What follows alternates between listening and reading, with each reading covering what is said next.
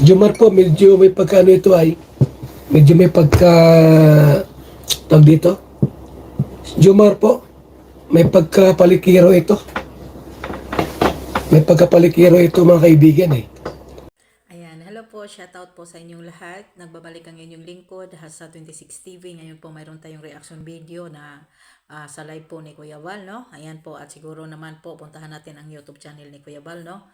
At ayan, marinig po natin ang kanya pong mga sinasabi, no? Ayan, at siyempre, bago tayo magsimula, isang mapagpalang araw po muna sa ating mahal na Kalingap, Kuya Val Santos Matubang, Ate Edna, Kalingap Rab, Miss Jack Matubang, at syempre po, pakidalaw po natin at pa-subscribe, pa-support po sa kanilang YouTube channel. Ayan po, Kalingap Striker, shout out po sa inyong lahat. Hindi ko na po kayo maisa-isa, alam po ninyo kung sino kayo, no? Ayan. At syempre po, Presbyrador, shout out po, ayan po, at Kuya July, at syempre po kay Dr. Love, shout out po sa inyong lahat, at sa lahat po ng Kalingap Partners, sa lahat po ng mga reactor, at syempre, dito po sa mga VIP sponsor dito sa Kalingap Strikers, shout out po sa inyong lahat, okay? Ngayon po, no, narinig po natin si Kuya Val na si Kalingap Jomar ay babaero, habulin ng mga babae, pati bakla. Siyempre nasabi ni Kuya Val yan dahil kilala niya si Kuya Jomar, hindi ba?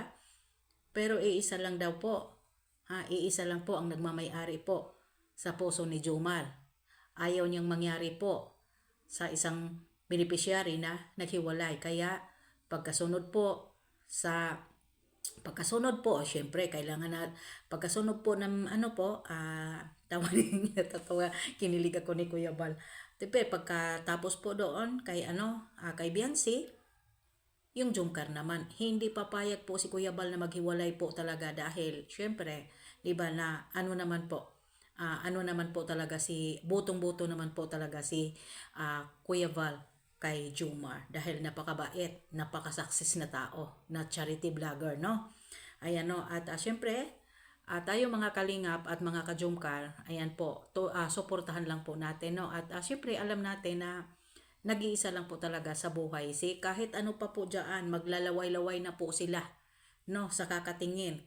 Sa totoo lang po, malakas po talaga yung sex appeal po ni Jomar. Kasi kung nakita po namin yan dati, sa panahon pa lang po ng Rina Mimay na tinutulungan ng ni Kalingap Rab. Talagang malakas po talaga ng sex appeal po ni Kuya Jomar. Ayan po, hindi mo talaga parang ang po talaga yung aura ni Kuya Jomar talaga, habulin po talaga siya ng mga babae. Kaya walang magagawa dahil mayroon pong nagmamay-ari po kay Jomar. Kung hindi, si Carla Bells lang. O diba? Ayan po, pakinggan po natin yung sinasabi po ni ni Kuya Val. O diba? Pakinggan po natin, may voice script po tayong gagamitin. Okay po? Ayan, pakinggan natin mga Kalingap, mga Jomcar. Siyempre Jomcar, mahirap na baka kung maligaw ng landas si Jomar. Jomar po, medyo may pagka ano ito ay, medyo may pagka, tawag dito. Jomar po, may pagkapalikiro ito. May pagkapalikiro ito mga kaibigan eh. Baka magmali ako, nasa iba na yan. Ayaw ko mangyari sa kanya yan. At gwapo si Jomar. Malakas ang sex appeal ni Jomar mga kaibigan eh.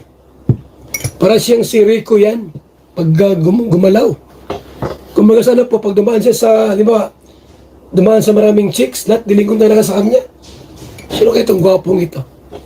Malakas yung kanyang sex appeal po ni Jomar. May pagkapalikiro ito. Mahirap baka masulot. Kawawa si Carla. Si Jomar po, ibang dating niya eh. Rosy chicks ito mga kaibigan. Namumulang labi. Namumulang pisngi. Pag dumaan niya sa mga bakla, sa parlor, daming lumingon niya. Uy, si Jomar. Okay, paano kung masulot niya ng iba? May pagkapalikiro. Mira, yun napasok kay Jomar.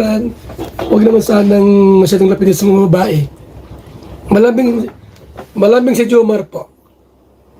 Parang si Papa Val din, malambing. At Kasi tinday ko, tingnan ko dito. Mga kalinga. Mahirap na. Si Ido, medyo